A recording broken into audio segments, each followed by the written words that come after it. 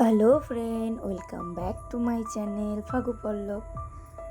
তো আজকে অনেক দিন পর ভিডিও, আর এই ভিডিওগুলো হচ্ছে আমরা দার্জিলিং গিয়েছিলাম বেড়াতে তখনকার ভিডিও।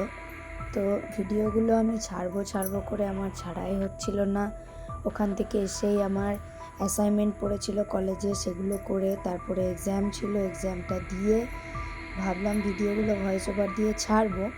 তো তখনই আমার প্রচণ্ড শরীর খারাপে পড়ে গিয়েছিলাম, ঠান্ডা জ্বর, গলা ইনফেকশন হয়ে গিয়েছিল, কথা বলতে বারণ ছিল, তাই আর ভিডিওগুলো ছাড়া হয়নি। তো বলতে গেলে কয়েক যুগ আগের ভিডিও এখন ছাড়ছি আমি, যেহেতু ফোনে ভরা আছে, জায়গাও নষ্ট হচ্ছে ফোনের, ওই জন্য ভাবলাম এডিট করে ছেড়েই দিই, তাও তো স্মৃতির পাতায় থাকবে। তো এই যে দেখলে তোমরা, সকাল থেকে উঠে রেডি হলাম, এখন আমরা বেরিয়ে গিয়েছি। আমরা আজকে যাব নাতুলা। তো আজকে সকাল সকালে বেরিয়েছি, আর আমরা যেখানে ছিলাম সেই জায়গাটার নাম ঠিক আমি বলতে পারবো না। তো ওইখানে 7টা বেজে গেলে আর বড় গাড়ি ঢোকে না, তো ওই জন্য আমাদের টাইম দেওয়া হয়েছিল 6টার মধ্যে যেন আমরা রেডি হয়ে নিই, আর সবাই যেন নিচে চলে আসি, গাড়ি দাঁড়িয়ে থাকবে, একে একে যেন আমরা চেপে পড়ি। তো যেমন কথা সেরকমই কাজ, আমাদের সবারই হয়ে গিয়েছিল 6টা সাড়ে 6টার মধ্যে। তো যেহেতু অনেক লোক ছিল, আমাদের 4টে গাড়ি ছিল, একে একে সবাই নেমেছে, আর একে একে সবাই চেপেছে, নিজের নিজের ফ্যামিলি নিয়ে বাস বেরিয়ে গিয়েছে। আমাদের যেহেতু লোক একটু বেশি ছিল, আমরা 12-14 জন ছিলাম প্রায়, ওই জন্য আমাদের সবসময় একটা গাড়িতে আমাদের সবার হতো না। আমাদের কিছু লোক একটা গাড়িতে থাকতো, হয় মা বাবা মামা, ওরা আলাদা গাড়িতে থাকতো, এরকমভাবেই আমাদের পুরোটাই ঘোরা হয়েছিল। তো আমরা বেশিরভাগ থাকতাম আমি, কাকা, ছোটো মা, ভাই, আমার বর, আমার দিদির বর, বুনি, আমার রণ, সবাই মিলেই থাকতাম আমরা। তো এবার মাঝে আমরা এক জায়গায় দাঁড়িয়েছিলাম, কারণ গাড়িগুলো সব প্রচণ্ড ছাড়া হয়ে গিয়েছিল, মানে একটা গাড়ি অনেক দূরে গিয়ে গিয়েছে, তো একটা গাড়ি অনেকটা পিছিয়ে আছে, ওই জন্য সবাই মিলে এক জায়গা হলাম, কিন্তু একভাবে যেতে পারিনি, আগু পিছু লেগেই থাকছিল, কিন্তু মাঝে মাঝে আবার দাঁড়িয়ে এক জায়গা হয়ে যাচ্ছিলাম আমরা। তো বেশি বক করবো না, তোমরা ভিডিওগুলো দেখতে থাকো।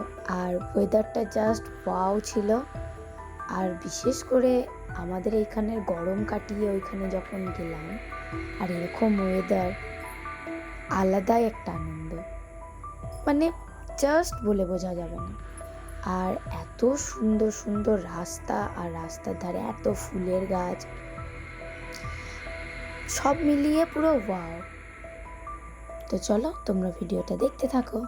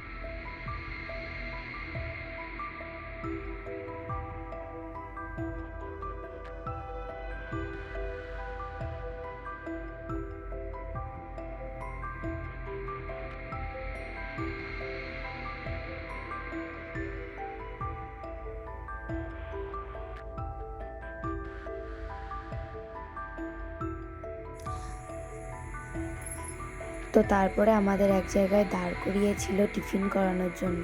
ব্রেকফাস্ট আমরা সকালবেলা করে যাইনি, কারণ অত সকালে সবাই বলেছিল ব্রেকফাস্ট করব না, সেহেতু আমাদের সব প্যাকিং করে দিয়েছিল, এক জায়গায় দাঁড়িয়ে সেখানে খেয়ে নিতে বললো। তো যে সকালে যা খেত, কারোর ডিম টোস্ট, বাটার টোস্ট, যে যেটা খেত সেটাই বলে দিত, আগের দিন রাতে সেটাই বানিয়ে দিত। তো এখানে খাওয়া দাওয়া সেরে আমরা বেরিয়ে গেলাম।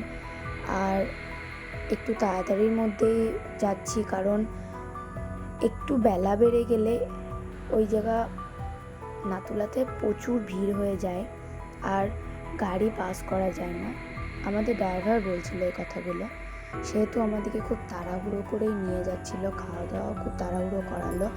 আর খুব একটা রাস্তায় দাঁড়াইনি, কারণ যেহেতু টাইমটা নষ্ট হচ্ছে, ওইখানে গিয়ে আবার সবাই ছবি তুলবে আর ওখানে জ্যাম হয়ে গেলে প্রবলেম হবে, ওই জন্য। আর সেদিন যে আমাদের ড্রাইভার ছিল পূর্বা নামে, ও খুব ভালো ছিল, খুবই ভালো ড্রাইভারটা। আমাদের এত জ্বলন সহ্য করেছে, সব থেকে বড় ব্যাপার হচ্ছে এটা। রণ, আমি, আমার বোন, আমরা সব কটাই প্রচুর জ্বালাতন করি, এই এখনই গান লাগাও। আর আমাদের যেহেতু কারো ফোনে টাওয়ার ছিল না, আমরা ওখানে জাস্ট একটু উপরের দিকে উঠাতেই আমাদের সবার ফোনেরই টাওয়ার চলে গিয়েছিল।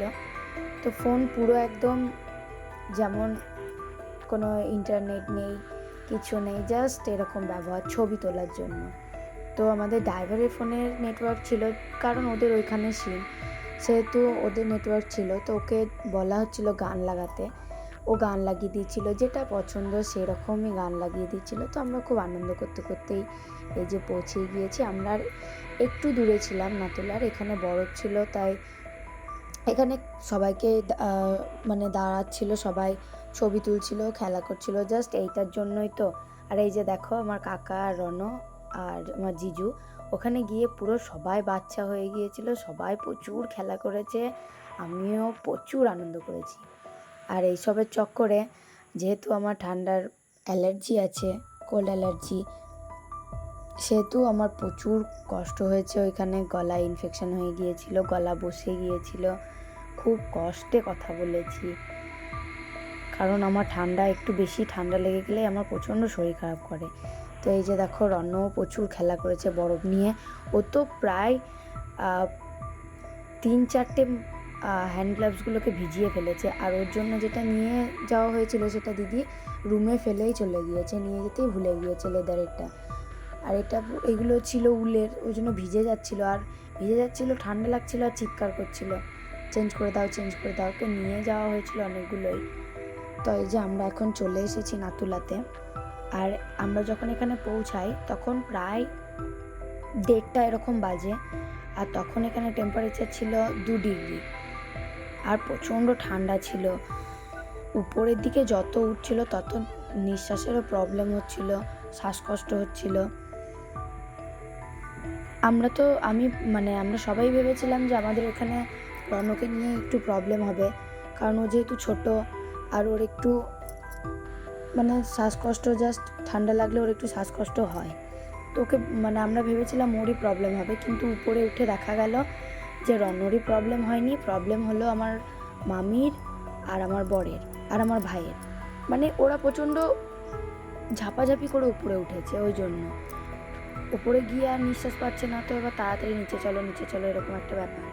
তো আমরা দেখে তাড়াতাড়ি নিচে এলাম, আর ওইখানে উপরে ছবি তুলতে দেয়নি। আবার নিচে এই যে নামছি। আর আমি এর আগেও একবার গিয়েছিলাম, তখন আমি অনেকটা ছোট ছিলাম।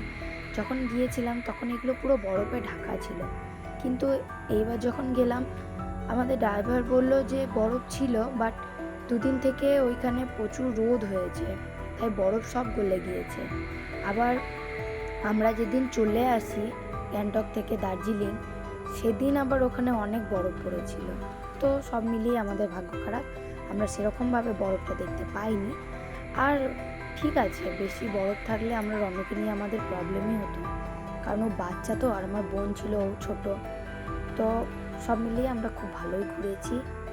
আর ওই যে ওই দূরের বরফগুলো দেখা যাচ্ছে, তো আমার দিদি বলছে যে ওইখানে নিয়ে গেলে না কেন, আমাদের ওখানে যেতাম। তো আমাদের ড্রাইভার বলছে ওইটা চীনের পাহাড়, ওখানে গেলেই গুলি করে দেবে। তো হ্যাঁ, আমাদের ড্রাইভারটা বাংলা খুব একটা বুঝছিল না, অল্প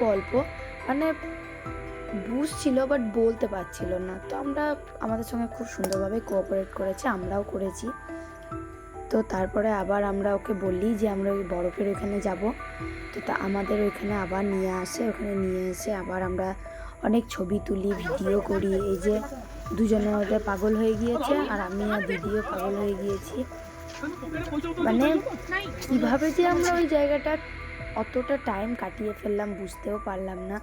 তো তারপরে আমাদের আরও কিছু জায়গা দেখার ছিল, তাই আমরা বেরিয়ে গেলাম। ওখানে বেশি দেরি করিনি। ওইখান থেকে ফিরতে ফিরতে প্রায় আমাদের নাতলা থেকেই ফিরতে প্রায় 3টে সাড়ে 3টে মতো বেজে গিয়েছিল। আর অনেকটা দূর যেতে হবে, সন্ধ্যা লেগে গেলে যেহেতু মেঘে পুরো রাস্তা ঢেকে যাচ্ছে, ওই জন্য ড্রাইভারও প্রচণ্ড তাড়া দিচ্ছিল যে একটু তাড়াতাড়ি করো। তারপরেও আবার অনেক জায়গা দেখানোর আছে। ওখানে একটা শিবের মন্দির ছিল, আর নামগুলো আমার আর এখন ঠিক মনে নাই, আমি আর বলতেও পারছি না। তো আমরা ওইখানে প্রথমে বলল যে ওখানে সবাই ওরা বলল যাব না, কিন্তু আমি আর দিদি জিজু আমরা বললাম যে যাই দেখে আসি। ওখানে একটা ঝর্ণা ছিল, বড় শিবের মূর্তি ছিল। আমার কাকা, ছোটো মা, মামা মামি ওরা কেউই আসেনি, কারণ ওরা আর পারছিল না, ওদের শরীর আর দিচ্ছিল না। তাই ওরা সবাই মিলে বসে গিয়েছিল, শুধু আমরা ছেলে মেয়ে কটা গিয়েছিলাম। তাও আমার ভাইও যায়নি আর রনকেও আমরা নিয়ে যাইনি, কারণ ওখানে পাহাড়ের রাস্তা, প্রচণ্ড বড় বড় পাথর পড়েছিল, ও হাঁটতে পারবে না, ওই জন্য ওকে নিয়ে যায়নি। ও ওইখানেই বসেছিল, খাচ্ছিল, সব খাওয়া দাওয়া করছিল, যেহেতু অনেকটা বেলা হয়ে গিয়েছে আর আমাদের ফিরতে এখনও সন্ধ্যা হয়ে যাবে। তাই এই যে ঝর্ণাটা খুব সুন্দর ছিল, এখানে আমরা অনেক ছবি তুলেছি, ভিডিও করেছি। আর এখানে উঠে আমার দিদির খুব শ্বাসকষ্ট হচ্ছিল, মানে ও নিঃশ্বাস পাচ্ছিল না। বেশি হাঁটা তো অভ্যাস নেই আর একটু হেলদি, তাই প্রবলেম হচ্ছিলো। যে ও দাঁড়িয়ে আছে দূরে আর আমরা এখানে একটু ছবি তুললাম, তারপরে ওকে আবার আমি ডাকলাম, ডেকে ও ছবি তুললো। তো আমাদের ওইখানের গল্পও চুকিয়ে আমরা বেরিয়ে গেলাম এবার বাড়ির উদ্দেশ্যে। সামনে আর এক জায়গায় দাঁড়াবার কথা ছিল, কিন্তু আমরা দাঁড়াইনি, কারণ সন্ধ্যা লেগে যাচ্ছিলো আর প্রচণ্ড কুয়াশাতে পুরো মেঘে রাস্তাগুলো ঢেকেই যাচ্ছিলো, ওই জন্য আর দাঁড়াইনি। তো আমরা পুরো গল্প করতে করতে, আড্ডা দিতে দিতে বাড়ি ফিরছি। আর ওইখান থেকে নেমে আমাদের সবার একটা সেম প্রবলেম হয়েছিল, কি আমাদের কানগুলো বন্ধ হয়ে গিয়েছিল। মানে জোরে জোরে কথা বলছে আমরা তাও শুনতে পাচ্ছি না, গান বাজাচ্ছি আমরা তাও শুনতে পাচ্ছি না। মানে এত পরিমাণ কুয়াশাগুলো পুরো কানে ঢুকে গিয়েছিল। দিয়ে হঠাৎ আমি থাকতে থাকতে আমি নাকটাকে টিপে ধরে কান দিয়ে যখনই একটু জোরে নিঃশ্বাসটা ছাড়লাম, তখন দেখছি যে কান দিয়ে একটা ধোঁয়ার মতো বেরোলো। তাই আমি ওদের সবাইকে বললাম, ওরা সবাই করলো, তারপরে একটু কানে শুনতে পাচ্ছিলাম। তো এই যে দেখো, তোমরা বুঝতে পারবে রাস্তাগুলোর কী অবস্থা হচ্ছিল। আর তখন সন্ধ্যা নেমে আসছিল প্রায়। আবার রাস্তাতে ওখানে একবার দাঁড়িয়েছিল খাওয়ার জন্য, ড্রাইভার খাচ্ছিল, আমরাও টুকটাক চা স্ন্যাক্স এগুলো খেলাম, যেহেতু অনেকটা বেলা হয়ে গিয়েছিল। আর ভাত টাত খাইনি, ওর জন্য সেরকমভাবে কিছু হাবিজাবি খাইনি। তো আবার সেই যে রাস্তাতে গেলাম সেই রাস্তাতেই ফিরে এলাম। তো চলো তোমরা ভিডিওটা দেখতে থাকো, আর বক বক করতে পারছি না। তো তারপরে আমাদের এখানে নামিয়ে দিল, যেহেতু বড় গাড়ি আর ঢুকবে না, তাই এখান থেকে আমরা আবার ট্যাক্সি করলাম আলাদা আলাদা, দিয়ে জ্যামে পড়েছি। এখন বসেই আছি পল্লব আর আমি, আর আগের গাড়িতে কাকারা আছে আর বাবারা আগেই পৌঁছে গিয়েছে। তো আমরা এই যে চলে এলাম আমাদের লজের এখানে। আমরা একটু আগেই নেমে গেলাম, কারণ এখানে গাড়িটা ব্যাক করতে খুব প্রবলেম হবে ড্রাইভারের, তাই আমরা আগে নেমে গেলাম। আর এই যে হোটেলে আমরা ঢুকেও গেলাম।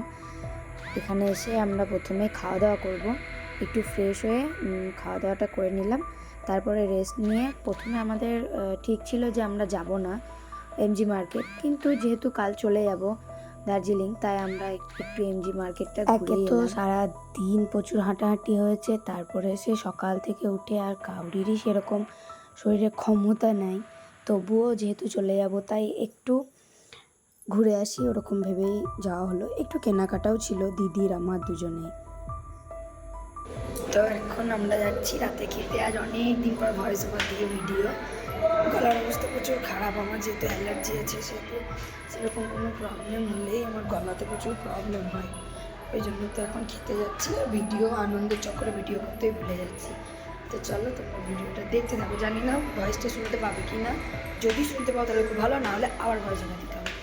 চলো ভিডিওটা দেখতে থাকো। তো এই যে তারপরে আমরা নিচে এলাম খাবার খেতে। আর যেহেতু ঘুরে টুরে এসেছি ওইটা মেকআপ তো তোলা হয়নি, বাড়ি গিয়ে খাওয়া দাওয়ার পর ফ্রেশ হয়ে তারপরে শুয়ে পড়বো। তো এখন আমি ওখানে সবাইকে খাবার আমিই দিতাম, সবার খাবারটা আমি নিতাম, নিয়ে গিয়ে ওখানে দিতাম। তো চলো আজকের মতো ভিডিওটা এখানেই শেষ করব। এখনও দু একটা ভিডিও আছে, ওগুলো ছেড়ে দেবো। রাখা থাকলে ফোনে ডিলিট করে দিলে তো আর কোনো কিছু থাকবে না, ছেড়ে রাখলে তাও কোনো দিন ভবিষ্যতে দেখা যাবে। তো টাটা, সবাই ভালো থেকো, দেখা হবে আবার নেক্সট দিন অন্য কোনো ব্লগে।